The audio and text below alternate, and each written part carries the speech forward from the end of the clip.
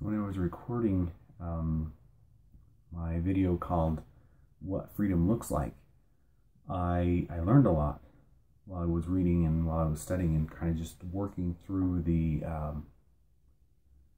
logic to make my arguments. I realized just how important love is. And after that, I decided I need to find some way to do more service to my fellow men.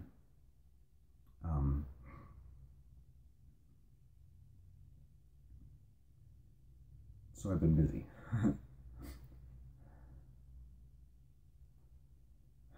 Also, I decided to do some study on what service is and what love is and what that would really look like. I didn't have money to give to others, but I did have time, and that I could give. So I was helping a friend fix their car, and that was pretty awesome.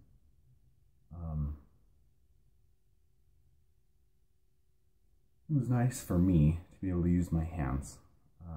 The car's not fixed yet, but it was nice to get out and not be sitting on a computer all day, but to get under a car and get all greasy. It was fun.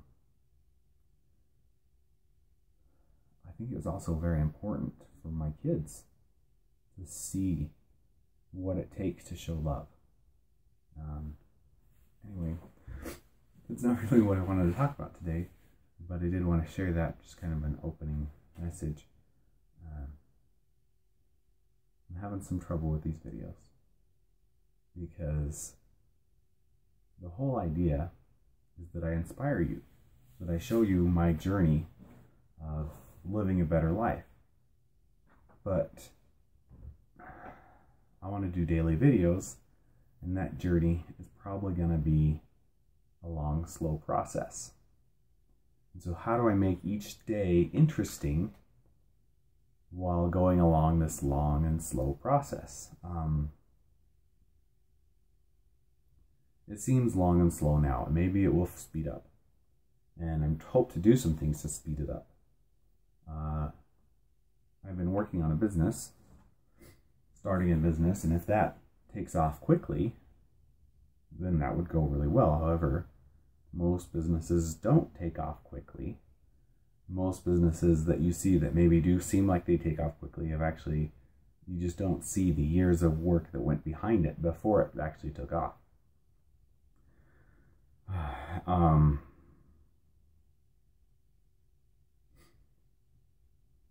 Yeah. So what I would like to do with my business is it would be educational. What it would do is it would focus on helping families, helping parents specifically, interact with their children. Might have told you before that I was involved in trying to start a private school in the Orem Provo area in Utah. And what we wanted to do is we wanted parents to come in and teach the classes. And then you would pay for whatever classes your child took, but if you were a teacher, then you would be receiving those payments. And it would hopefully be enough to cover whatever expenses you might have while teaching. The idea was not that you would make a lot as a teacher, but that you would make it possible for you to teach.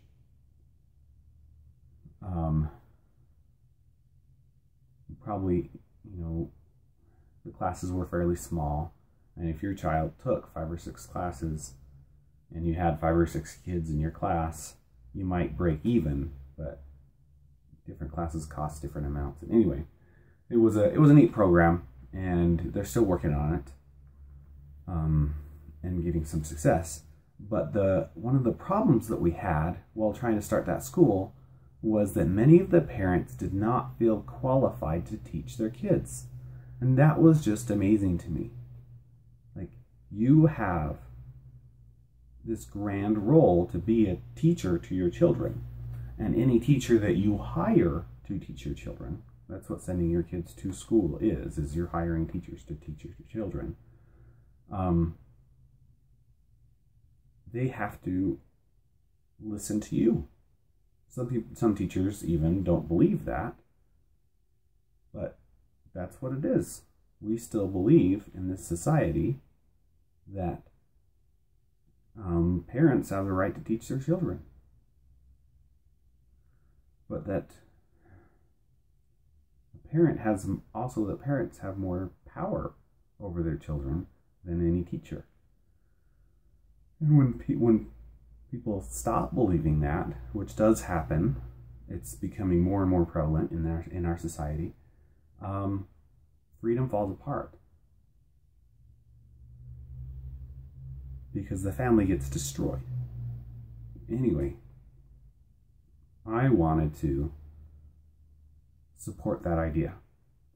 And so I wanted to start a business where I would put out products and I would advertise specifically to parents, so that, and the idea would be, they'd be fun, sciencey projects, and as parents work with this, or as children even build it themselves, they would have lots of questions that they could then go and ask their parents, and it would start a discussion. Or parents could start the discussion with the kids. Either way, that discussion would happen, and it would empower parents to interact with their children in a positive way. Because I want to see that happen more. I believe that still does happen. It happens a lot, but I just want to see it happen more. And I feel I'm still just surprised that so many parents did not feel empowered to be able to teach their own children, to be able to have open that conversation. So anyway, if that works, and I'll do everything that I can to make that work, then that will be a great blessing to me and my family. And it should also be a great blessing to families throughout the United States, throughout the world. That's also why I'm doing these videos, is to empower parents to be able to learn and to teach and to have better ideas.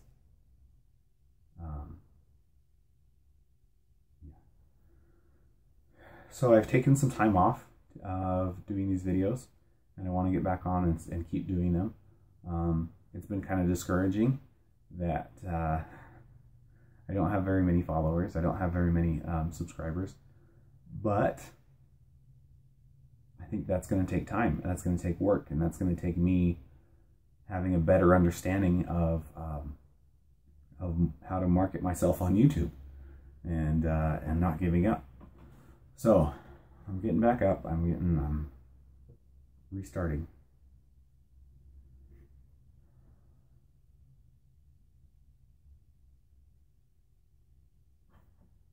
Brian Marie.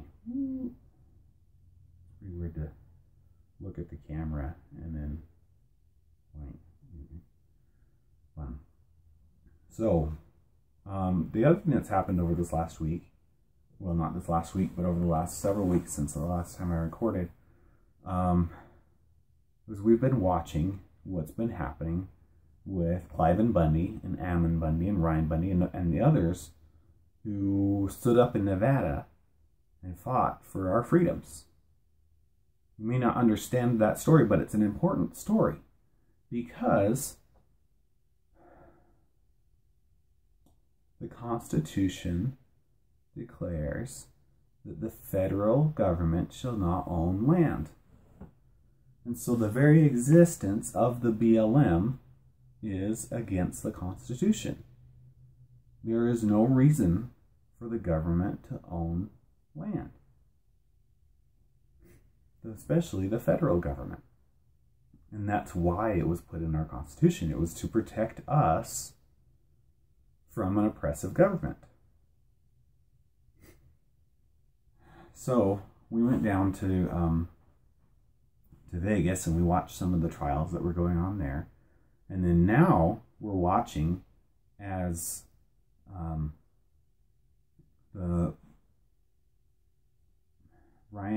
Pam Bundy and others who are still being held in prison because of whatever reason. They haven't been convicted. They're going to be put on trial, but in the meantime, they're being held in prison. And they're being treated terribly. Strip searched like daily. What's up with that? Being mocked, held in solitary confinement for silly things like having an extra shirt. Really? That's punishable? They've lost so many freedoms for just being accused of a crime, not convicted. We don't believe in innocent until proven guilty. So many of the truths of the Constitution are not followed, are no longer believed, simply because the people haven't taken the time to read and understand what those freedoms are, and then study and look around to see what they look like.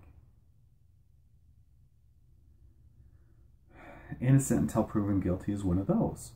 Yeah, all sounds like a good idea, but have you looked around? How do we treat those people who are going to be put on trial? Before their trial, they're convicted in the media. It happens so often. Why? Why do we throw away the Constitution and those basic beliefs? There's many protesters down there this week and last week protesting at the prison, just stating we can no longer treat these unconvicted people this way. Supposed criminals. They're not criminals. They're still innocent until proven guilty. And even the treatment of criminals is protected. Like, you cannot just go and do unreasonable punishments. Yet somehow they're being left in the shower for hours and hours with no food, no bathroom, like literally locked in a shower. How is that not cruel and unusual? And so, anyway, as these protests have been going on, it's been interesting to watch, because even the surrounding town is very supportive of the protests. They were worried because as they started to do the protest, the prison came out and said, okay, if you're going to protest, then we don't want any kind of threats of people coming in here with bombs or whatever crazy ideas they have about protesters. And so they did not allow regular visits. And so the protesters were very worried that they would be causing a lot of harm to the people in prison, because it's important to have that release, to be able to see family members and such to come in and visit you. But what they found was that the prisoners were very supportive, as well as the visitors that would normally come. They're very supportive. They believe in this. We need to treat our prisoners better. And it's not a popular way to stand up, because so many of us just say, well, you're in prison, you did something wrong, I don't really care what happens to you. That's very sad, because some of them were put in there wrongfully, like these people who've only been accused of a crime but haven't been convicted, and the crime that they have is standing up for their freedoms. Oh, that's so terrible.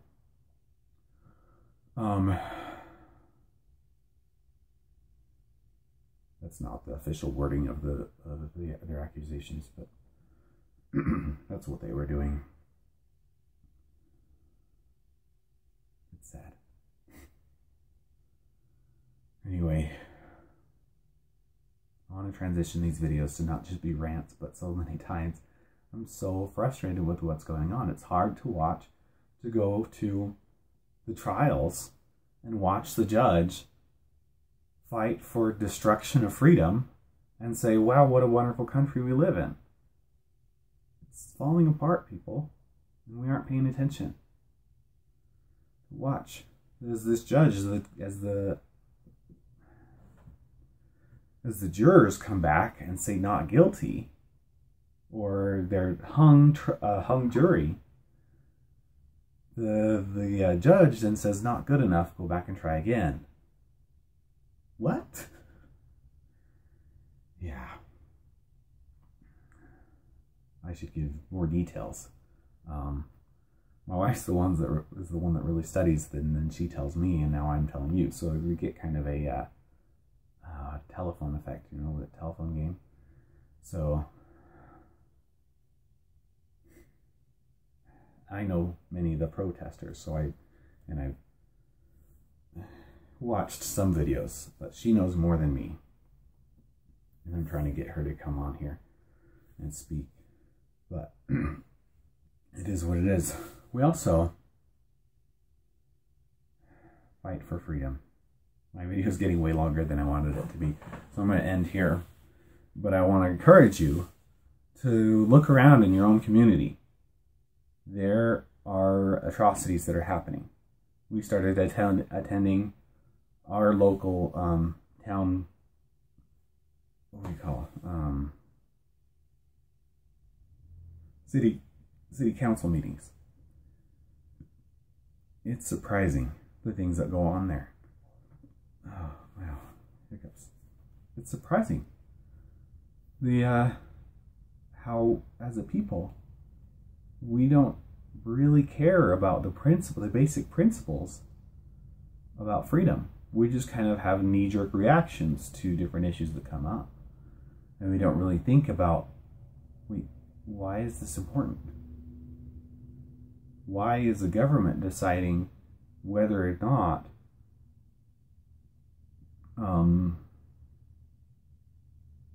a person's house should be, or a person's property should have a curb or not? I mean, I don't know. There's an argument to be made there, I guess, but I just don't see it. Anyway, I don't want to get into that because, like I said, I want to end my video. So thanks for watching, and I'll see you next time. I'm going to do videos all this week, and then hopefully get into some better content.